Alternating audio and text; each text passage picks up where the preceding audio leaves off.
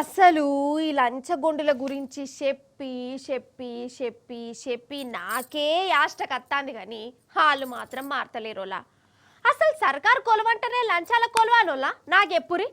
అరే అన్ని చక్కగా ఉన్నా కానీ లంచాలు తీసుకునేది చక్కగా ఉంటేనే కాదు, చక్కగా లేకున్నా కానీ తీసుకోవద్దు. లంచం తీసుకున్నాడు పెద్ద తప్పు.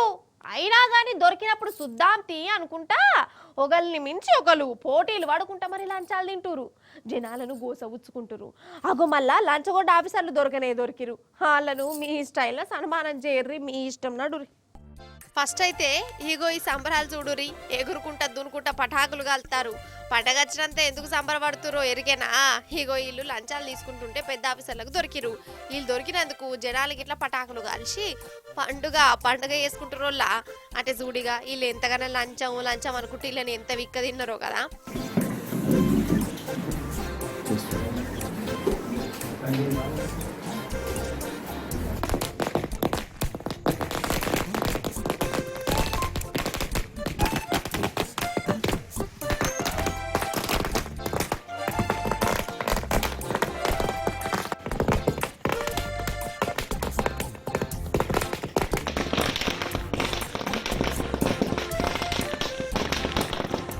రంగారెడ్డి జిల్లా తలకొండపల్లి ఎంఆర్ఓ నాగార్జున సారును లంచగొండిని సార్ ఎందుకు అనాలే, ఎంఆర్ఓ నాగార్జును విఆర్ఏ యాదగిరి 12,000 లంచం తీసుకుంటూ దొరికిపోయారు.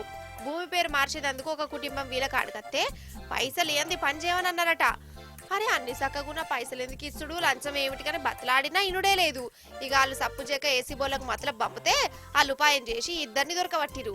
ఇక వీళ్ళు దొరికిరని ఎరకవుడుతోనే జనాలు పీడా వదిలింది. మంచిగా అయింది అనుకుంటా పటాకులు కాల్చి దావత్ చేసుకున్నారు వాళ్ళ.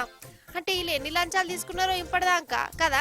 కాదోళ్ళ దినామి లంచగొండ ఆఫీసర్లు దొరుకుతూనే ఉన్నారు, అయినా గాని భయం ఉంటలేదు. తీసుకునేటోళ్ళు తీసుకుంటూనే ఉన్నారు. అంటే దొరికినా నౌకరు పోదని వీళ్ళ ధైర్యమే ఏంది? మళ్ళీ లంచాలు తీసుకోవచ్చన్న నమ్మికవా? ఈ లంచాలకు అగ్గిపెట్ట.